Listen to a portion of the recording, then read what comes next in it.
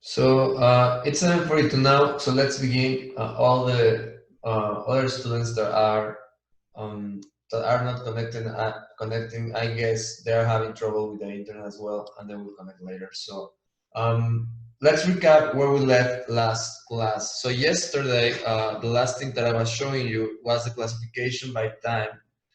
We were looking at a classification of historical and default.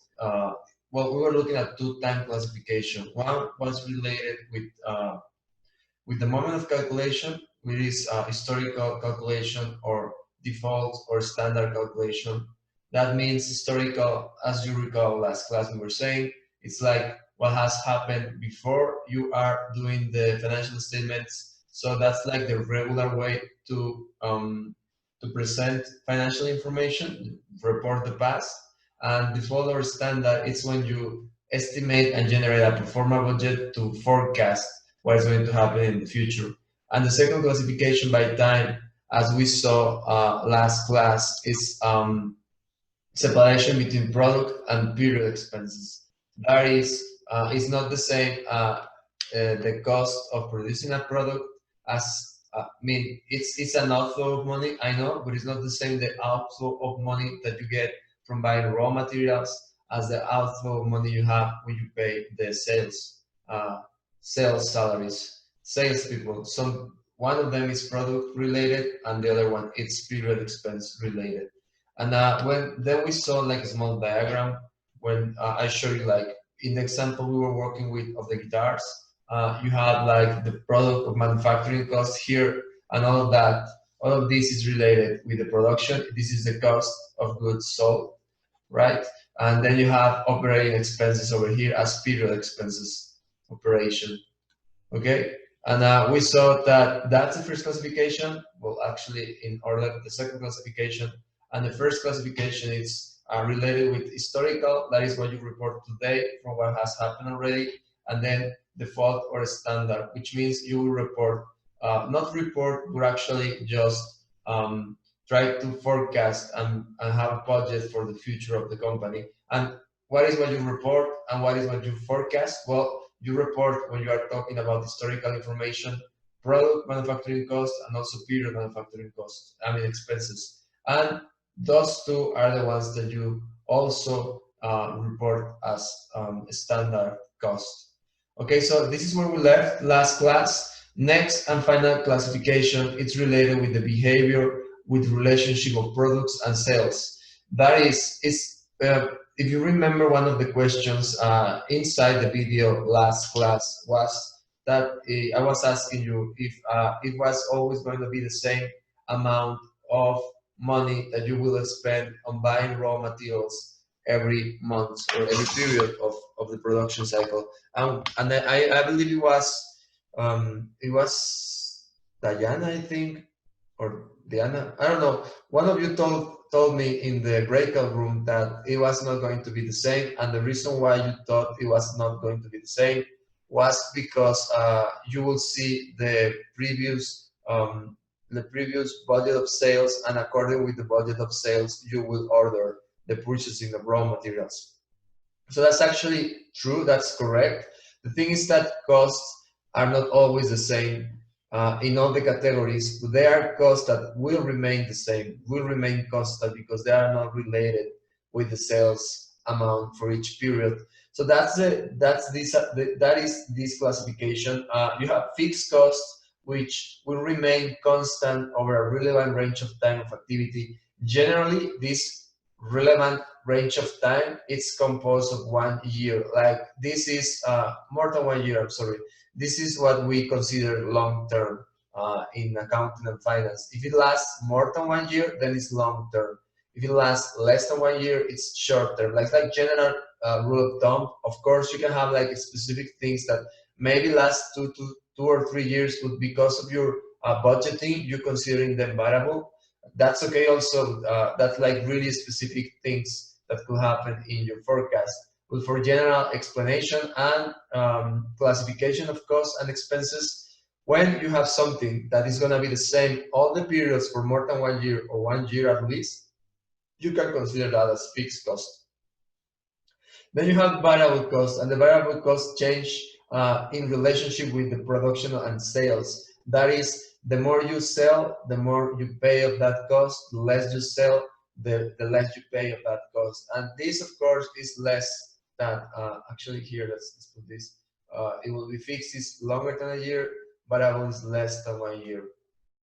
So this is like, again and again, you can have variable cost of changes longer than a year, but it's really specific. What I'm trying to tell you here, guys, is that this is a general way to classify cost by time, but you can find in some cases that you are analyzing things that are variable that last longer than a year, like a constant amount, and then they change. That can happen also, but in general terms, fixed costs, they remain the same for periods of a year or longer than a year, and variable costs change every period of sales, that is every month. For your raw case scenario, you will look at the criteria of if it stays the same for the year or longer than the year, for the year or longer than the year, then it's fixed cost. If it changes between months, that is between periods, then it's variable cost. And of course, you can have a type of cost classification that is mixed, that is a mix between fixed cost and variable costs.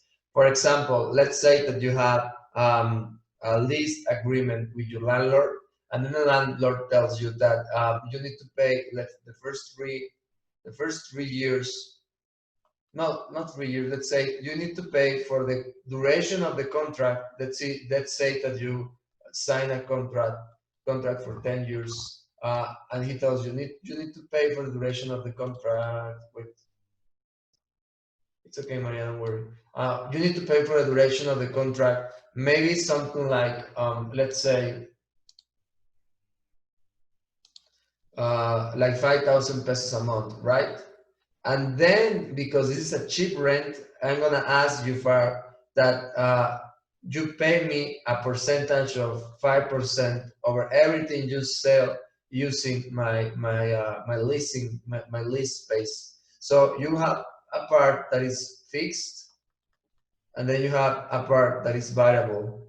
All right. So the addition of these two, when you pay for every period that you pay this, then this addition, this result will be considered as a mixed cost. Okay, so yes, you can have this. It's not that common, but it can happen. So bear that in mind when you are doing cost analysis. In general, these two classifications here, fixed and variable, are the way to go when you classify cost. So let's go back again and see the example of the guitars. And again, let's use the diagram. And I want you to tell me, try and guess which one will be fixed and which one will be variable. The raw material is variable, right? Raw material is variable. Okay. Which one? Which other one? The wood, the guitar strings. The what? Paint and varnish, nails. Nails. Okay. And tell me which one do you think it's fixed? The carpenter. Carpenter. Why do you think the carpenter is fixed? Because even if you don't produce that many guitars, you're still gonna have to pay him the same amount of money every month. And what happens if you produce more guitars than one carpenter can produce? Well, yeah, you're gonna have to hire another one. Interesting, right? And so we need one that doesn't change depending on the volume of sales. Like neither if it goes up on sales or if it goes down on the sales. So which one do you think is gonna be that? Factory electricity. Which one? Factory rent. Factory rent. And what if you need, like, you get this huge client or not huge client? What if you are in this COVID economy and you can no longer pay the rent because you are selling half the guitars you were selling? Yeah, but even if you have to rent another factory, that's gonna have to last longer than a year, no? Are you sure? It's gonna be fixed. I mean, I have a customer. They manufacture sauces. What is it? Well, I cannot pronounce that word. They manufacture salsas, like salsas cans, you know. and they were they were renting a small place, not a small place. It was actually uh, um, a storage facility, and COVID hit. I mean, they had a lease agreement of 10 years, and they just finished the agreement and went back to their houses to work on their garage. And there was the agreement and there was everything. They just told the landlord, listen, we don't have money to pay you. So I'm sorry, sue us if you want, we cannot pay you. So that's it. We're gonna leave the facilities. So this is a live case scenario what I'm telling you right now. So it can happen, it happens that if you stop selling what you were selling, you need to move out. So which other one do you think could be fixed? Why not some from this one here? Like what about, for example, office rent?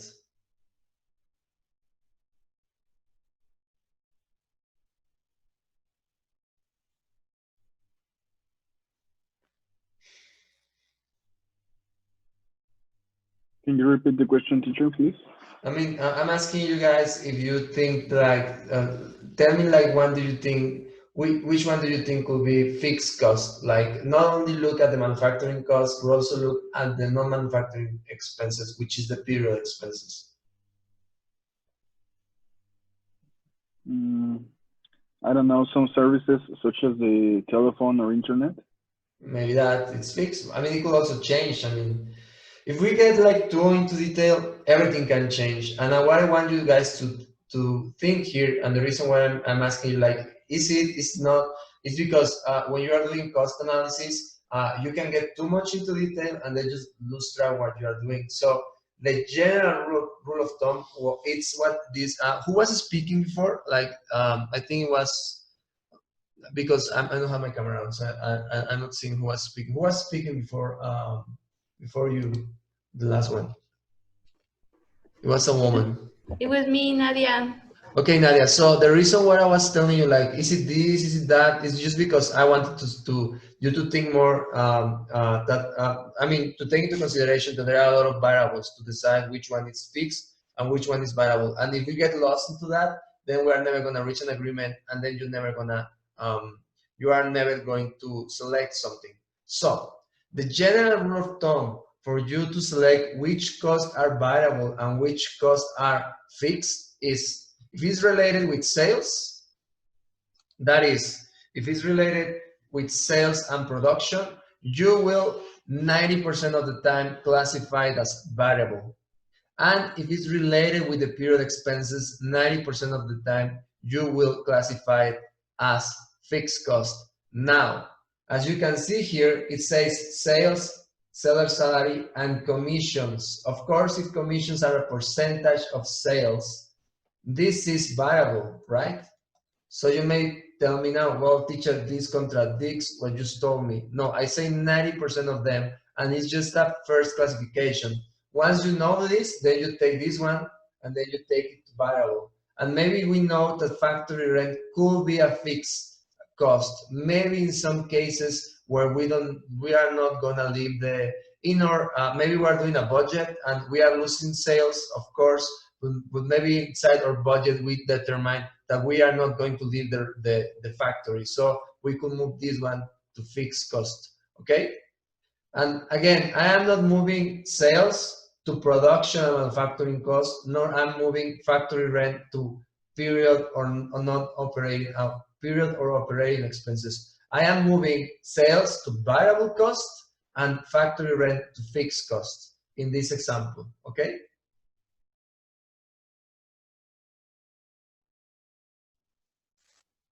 I guess that's okay. Okay, so let's understand this because it's really important for us to grasp the concept of variable and fixed cost. So last explanation PowerPoint. Imagine that here you have like the periods, all right?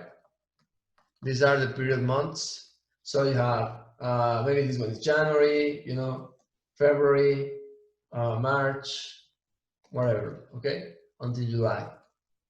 Okay, now, and let's think that these are sales data, okay?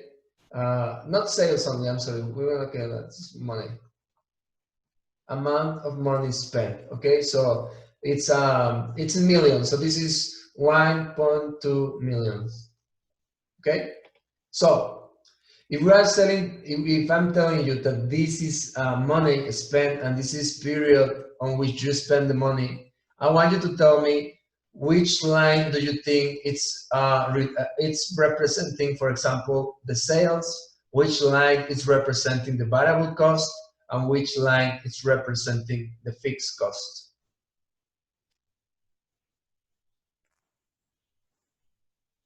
Teacher, se cortó, perdón. No alcancé a escuchar lo último. I was telling you that if we are saying that this is money spent each period, I want you to tell me which line represents variable cost, which line represents sales, and which line represents fixed cost. The fixed cost would be the horizontal one, that one. Okay, someone is writing. Go ahead, do that. Okay.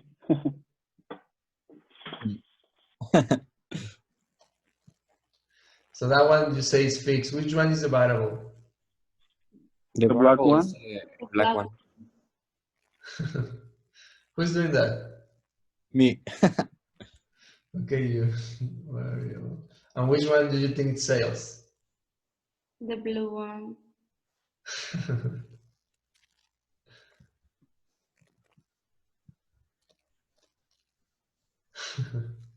Okay, so are you sure? No, No. So which one do Yes, you I'm think sure. is? Yes, I you're think sure. it's the other way. Which I one? think- Do you think this one is fixed? No, I think the blue one is variable and the black one is sales. No, because it's going up, and if it's going up, it's not fixed. Yeah, but she's saying that the blue one, this one is variable, right? Yes, because it's increasing depending on the production, right? Oh, interesting. And then when this one is Yeah. sales, right? Yes. Yeah, and also the sales wouldn't look like super perfect with the way the blue one is looking right now, right? Yeah, of course. That makes a lot of sense. Who was writing at the beginning? I'm sorry. It was me. Deb, what is your name? Because I don't know why it's. I mean, Guillermo. this is really weird because usually what I have, it's like I can see your names lighting up when you speak. Right now, I think the internet is really bad because it's not showing me that. So Guillermo, Yeah. so you change your mind. That's okay. Perfect. So Yeah. yes, you guys were actually correct. That one it's sales. That other one it's variable cost, and the last one is fixed cost. Okay. So another way to figure it out if an expense or outflow of money is variable or it's fixed, it's you plot it. You do a linear regression and you plot it, and you see the behavior of the line. All right. And if you see a behavior like this one, you are seeing a variable cost. If you see a behavior like this one, you are seeing a fixed cost. And of course, the sales, you will know because you won't plot the sales. So you know you are not dealing with sales there. But if you put the sales there, you should see like the tendency, the correlation between these two lines to be close to 1. Okay? So that's another way you can classify. I mean, you can find, that's another way you can use to classify cost as variable or as fixed. And you need to classify them in the case. So it's really important for you guys to understand this. So is it clear? Yes. Yes, teacher. Okay. I'm gonna try to light up. I think it's working now. But teacher, for example, in the case it says that they have like a landscape person. For example, they just have one. So it's fixed, right? Because it doesn't change. Or would it change? Well, you tell me, if it changes like between periods, then it's variable. If it doesn't change it, it's fixed. Well, in the case it doesn't says if it changes, so I think it's fixed. Well, there is a part inside the case where the costs are really explained. So it's really easy to find which one are fixed and which one are variables, actually. You just need to read the case and you will see. Okay? Okay. Okay, so What is the recipe that you know to make cakes? Who here likes cakes? Me. Who is saying me? And again, I cannot see your names lighting up, so. Andrea. Andrea. Okay, Andrea, so can you walk us through what do you do when you bake a cake? I never bake a cake because it always burns. Same everywhere. So someone else? No? Me? But maybe I know the ingredients, but not in like the exact. Example, so maybe you say bake during 3 hours, something like that, right? Well, I don't know. I mean, it's okay. So let's do that. Tell us your recipe for making cakes, and let's try to find the cost related of making cakes. All right. I want you guys to think like this: if you make a cake, what you are actually working on, it's a production line. All right. So let's think about the cake process making as production line, and we are gonna see how to calculate costs. All right, we're gonna see it more in detail later with presentation and everything, but I want you guys to start thinking about it. So, who was speaking? I'm sorry, Nadia. Yeah. Nadia? No. No. What's your name? I'm sorry. Andrea. Let me write it down because I'm gonna forget it. Andrea. So, Andrea, what is the first thing that you do when you? I mean, the first thing is to get what? To get a recipe from internet because I don't know how to make a cake. But yes, and all of you guys also help us. What do you think is the first thing to do when you make a cake? Flour. Yeah, well, The ingredients. get the ingredients, ingredients exactly. So, what is that thing? What are all those things called? Ingredients. Ingredients, because I don't know how you write it in English. Ingredients. So, what is this thing called in cost? Fixed Raw cost. material. Raw materials, exactly. So, which ones are my ingredients or raw materials? Eggs. Milk. Eggs, milk. Harina. Milk, Flour. eggs, flour. What else? Butter. Butter. Maybe Chocolate. some chocolate. Chocolate. So we're gonna do a chocolate cake. What else? Sugar. Vanilla extract. Sugar. So it's chocolate or vanilla? Both. Okay. What else? Maybe the bowl. Oh, bowl. So is the bowl a raw material? No, that's a fixed cost. It's a fixed cost, so you need to pay for the bowl each time you use it. No, but it's. What is the bowl? Think as if you were a cost accountant. It's a tool, right? Yeah. So tools depreciate actually. So that will be overhead expense. So let's try to, before we move to the bowl, I want you, are these all the ingredients we need to make a cake? Andrea, which is our production manager. Yes. Yes, okay, Andrea. So we have the ingredients. Now, what is the next thing we need to start making this into a cake? To measure the ingredients. Yeah. Okay, and who is gonna measure that? Me. Andrea is gonna measure because Andrea is our what? I'm the manager of You're the production manager. production. All right, you're the production manager of the cake facility. But also, you need what? I mean, are you gonna work on this? You're a hands-on production manager. Yeah, but also I need my bowl and I don't know. Okay, you need all your tools to make the cake. What I want you to tell me is what is your name inside the production process as a cost element? Labor first. Labor cost, exactly. Who said that? Diana. Diana. Thank you, Diana. Labor cost. So Andrea is on labor cost. Perfect. So she's here. Great. Now she says she needs her tools. So let's put here tools. And what do you need? You need a bowl, right? I don't know if a bowl is, no, that's not right. I think it's bowl, right? B-O-W-L, yeah. So what else do you need? You need a spoon, maybe? Oh, well, I don't know. You are a production manager, Andrea. What? A mixer. Mixer. Okay. Maybe another, well, I like, An oven. yeah.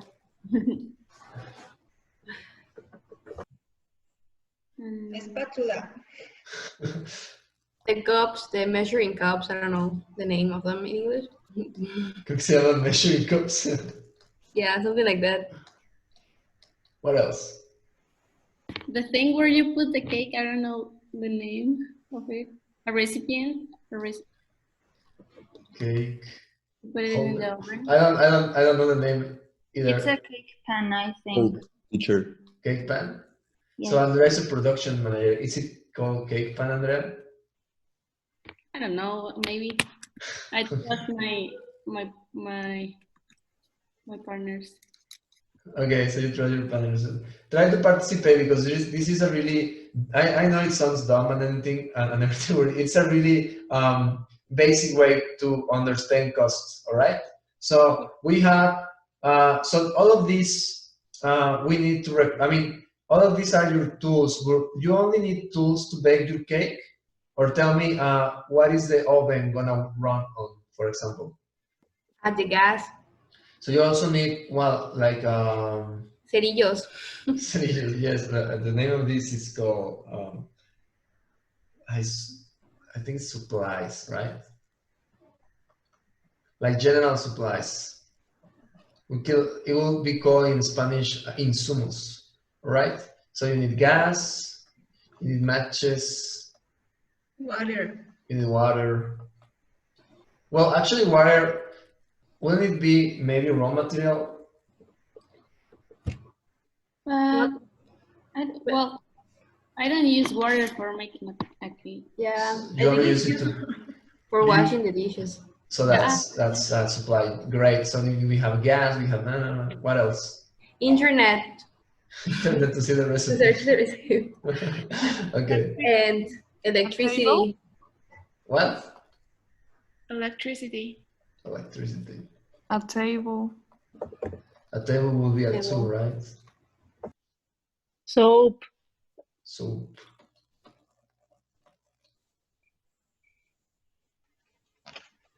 A sponge. Sponge. So we have everything we need to make a cake, all right? Yes. Let me take a picture of it because once I change, I'm gonna lose it. I'm gonna have to go back to it. Okay.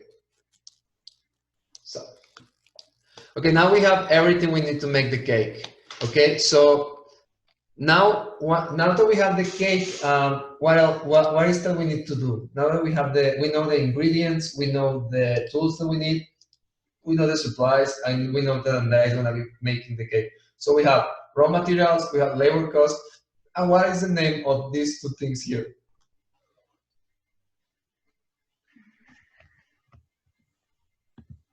Overhead cost. Overhead expense. Right. Cost, I'm sorry, you're right. Overhead cost expense. Okay, so now we have what? We have the three elements of cost. Okay, so we are moving good in our cake making facility. Okay, so let's go back. And now tell me,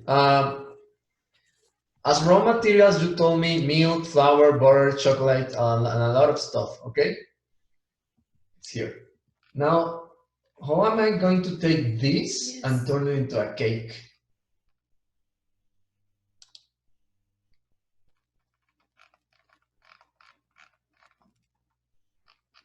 Can someone explain me?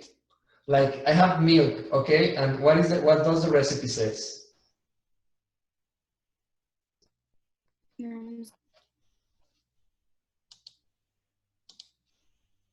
No one? Andrea? Did you give up? Who else wants to help me?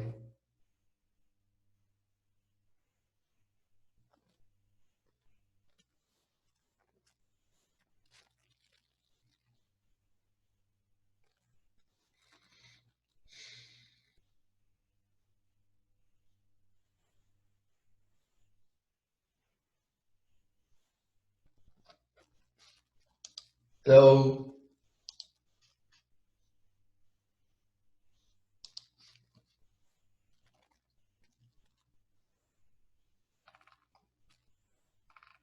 Teacher, can you question because we didn't hear you? Well, the question is, what is the next step for making the cake? And I want to ask this question like in generally. Just think about this one. How much flour do I use to make one cake? Flour. Like 2 cups. How do you know that? Because of internet. In internet, it says 2 cups. Okay, perfect. And what are those things? I mean, what the thing that you are reading is called instruction, right? Or recipe more. Okay? Yeah. And if you see at the recipe, it's divided by steps and it tells you what to do in each step. Do you remember something that is actually similar to that we already reviewed?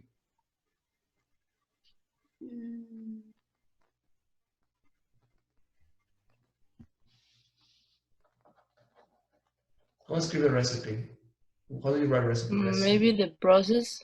Exactly. I don't know if that is recipe. That is production process. Creo que se volvió a trabar. Sí.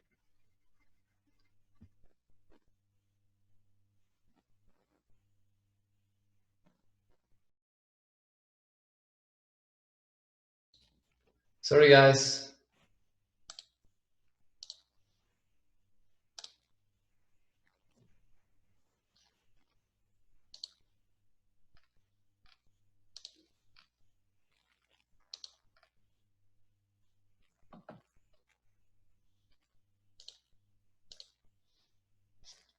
Hello? Can you hear me? We're here. Yes. So we're saying that the recipe is the production process. That's what it left me the process. I think it's process. It's written like that. Okay. What? You were right. You were right. It's with double S. I understand that, but it's okay. So we were in the first step. So the first step is we need to take the raw materials and add them to the cake, okay? Yes.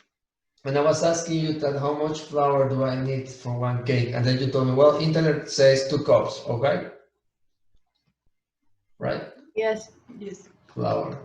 And then we had a lot of ingredients. You told me milk, eggs, flour, butter, chocolate, sugar, and vanilla extra. So think about this. When you have all the raw materials, you need to take all the raw materials to the cost object. And remember, the cost object, it's the thing that you are making. In this case, it's the cakes. In the example about the guitars, it was the guitars. So you need to take all the raw materials to the cost object with something that are called cost drivers. So we have milk, we have eggs, we have butter, we have chocolate, we have sugar, and we have vanilla extract. So we need to take all of these ingredients that you told me inside our cost object. 1, 2, 3, 4, 5, 6, 7. I'm missing one.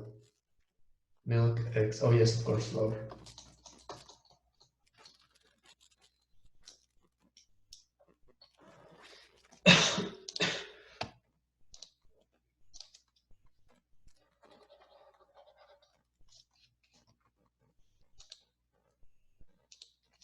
Okay, so tell me, Teacher, te estás trabando. ¿mucho o poquito?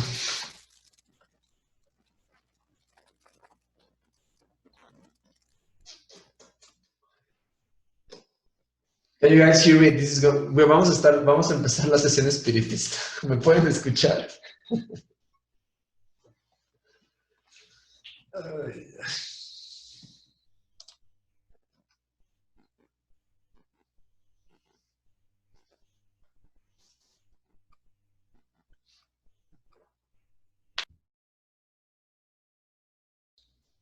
Hello. Hi, teacher. Okay. So I think my internet it's really bad right now. So we are not gonna do the activity like we were doing it.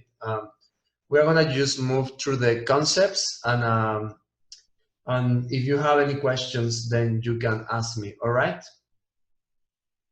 So what I was trying to teach you there is that when you actually working on creating on baking a cake, you actually apply in a really similar fashion all the concepts of manufacturing a product and also of cost accounting. Of course, you have this question like, how much flour do I use to make a cake? And one of you told me, well, 2 cups. Why? Because the recipe says so. Well, that relationship between flour and cake, that is raw material and cost object, it's called in technical terminology, cost driver. It is a relation between the volume of production and the complexity of production and the cost elements. Okay, so why is it that you use 2 cups for making 1 cake and maybe not 3 cups? Well, maybe because the standard analysis of the standard analysis of how big do you want the cake to be, like for many people, it's related with the consumption of flour, and of course also with the milk, the eggs, butter, the chocolate, and the vanilla extract.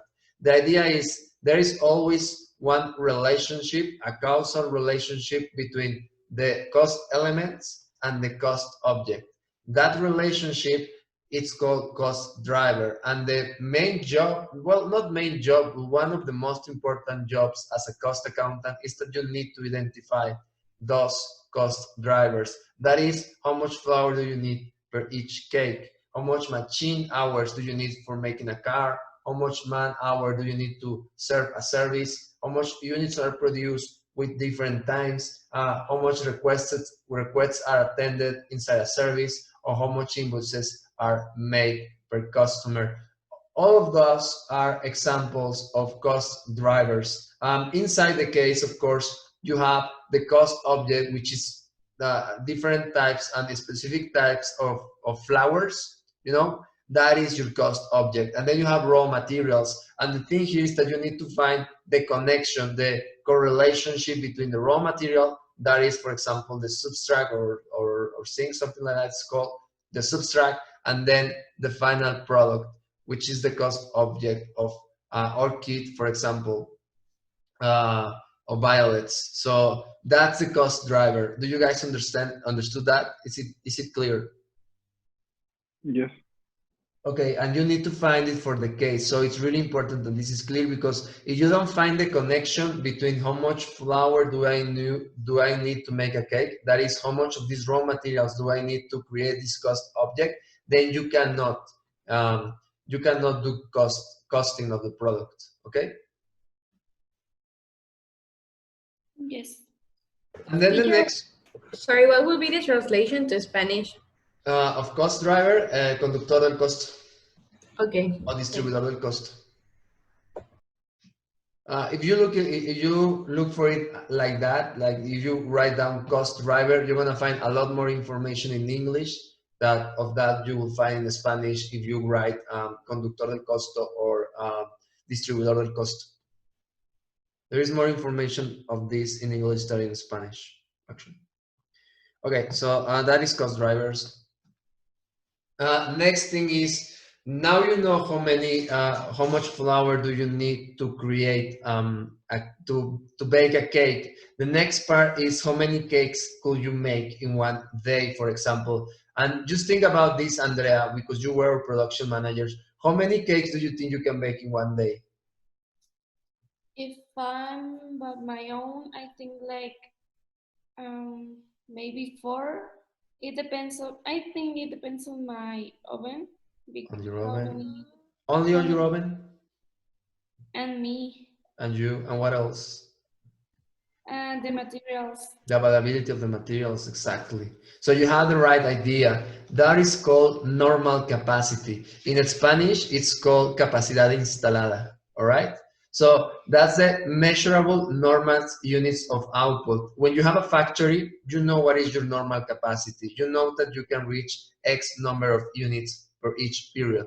And those are goals set by the operation department and also the production manager, the cost accountant review those metrics, because it's not the same to produce in a big factory maybe 10 million units as is to produce only 1 unit. The normal units of production will actually drive the cost down. The more you produce when you are a factory, the less it will cost per unit. So in the case of Andrea, according to her ability to make cakes, because her oven, because of her availability with her working hours and also with the availability of the raw materials, she says that her normal capacity per day is 4 cakes. And if she were to start a cake baking business, then she will measure the production capacity, her normal production capacity using that number 4. And of course, the idea for her will be to increase that normal capacity. Look for standardizing ways to increase the normal capacity and create more and bake more cakes. Okay? Yes. So this again, this is really important. Also, in the case, you will find that you can only produce certain number of violets, for example, according with what? Well, with the time of production, for example, or the space that you have available, or the hands working on that, the gardeners, you know. So normal capacity is really important when you are working on cost accounting or planning a production facility or production business. Okay. Yes. So let's see the steps you need to follow when you determine costs. So the first step you need to follow is you need to identify what is the cost object of the business. In this case, it was really simple because I told you from the beginning, tell me a recipe to making cakes. Which one was our cost object there? What was our cost object there? No. Yes, which one was our cost object in the cake example? The The bowls. cups of flour, and the cake. That's the cost object, the bowls, the cups of flowers. Cakes. Those are the cakes, exactly. The other things you were talking about are cost elements, right? The cost object is the thing that you are producing, is the installed capacity you are doing when you are maybe, it's the object you are producing or the service you are providing. And you can find it using just finding out what is the company making. You know, that's the easiest way to do it. Like, what is this company making? Oh, well, this company makes cakes. This company produces cakes, bakes cakes. Or maybe you go to the installed capacity. That is, what is the machines? What are the machines working on? You know, what are the installed capacity machines used for? Or maybe you go to a percentage of sales, and that's actually the most commonly used way, and that's why I put there. Pro tip: check your sales. When you are doing cost accounting, the first thing that you need to do is identify what it is that you are selling. And sometimes it sounds like really logic, like of course, if you are gonna work on costs of unit costs, you need to know what you are selling, but sometimes it's a little bit confusing for some companies to have like a huge variety of products. Then you need to specify and direct your analysis to only the main products of the company, and you do that basing on the sales. You know, more often than not, you will find that 80% of the sales of the incomes come from like 20% of the products, and then you will focus your analysis on that 20% of the products. So first step, you need to find your cost object, and the easiest way to do it is look at your sales. The thing that you are selling the most, that's the cost object of the business. Okay.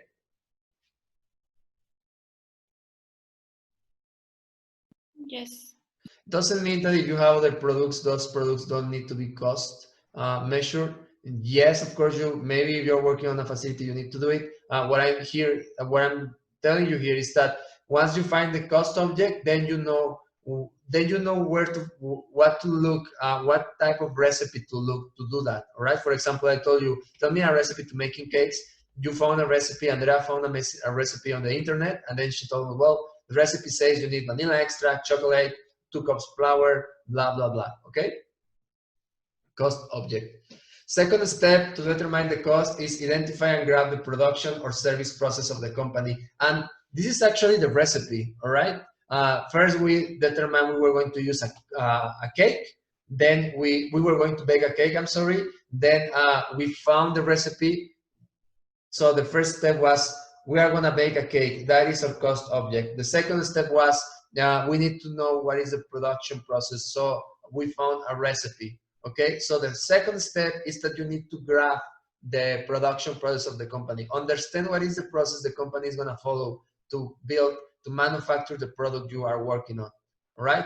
So in the example of the cake is really simple. It's a recipe. The recipe is the process we are following, and this is what we need to do, and this is what we need to use for us to create the cake, to bake the cake, I'm sorry. So that's the second step. Is it clear? Yes, teacher. I'm thinking I'm going too fast, guys, but no one is asking me anything, so I'm being like extremely good presenter right now, or you aren't there with me. Are you all understanding everything? Yes. Yes, Yes, teacher. Okay, it's really important because this is what you need to do for your homework, okay? We're gonna review the homework after we finish the presentation.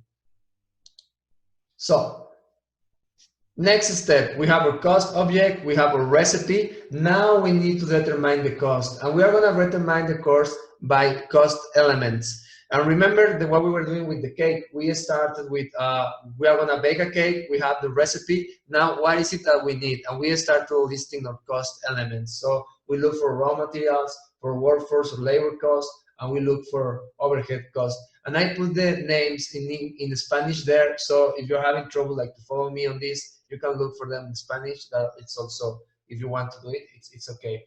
Do not consider pure expense at this moment. So only cost, all right? We are costing the unit cost, so do not consider sales expense or administrative expense or office expense. Only cost-related expenses, okay? Okay.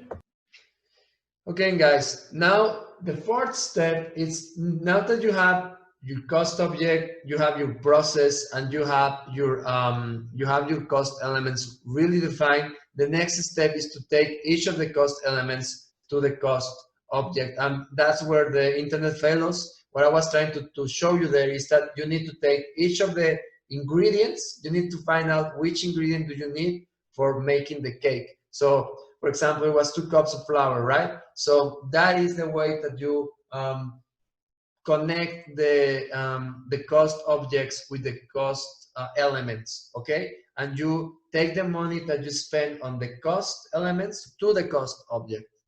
And how do you do that? Well, you use your cost drivers that you define at the beginning, and I give you other examples here: labor hours, machine hours, units of production.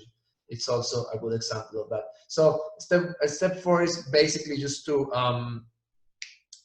connect those two things. And once you have the cost drivers, and that's the last step, you identify how much each product or service consumes of each of the 3 cost elements by activity, by overhead expense production, or by product, okay?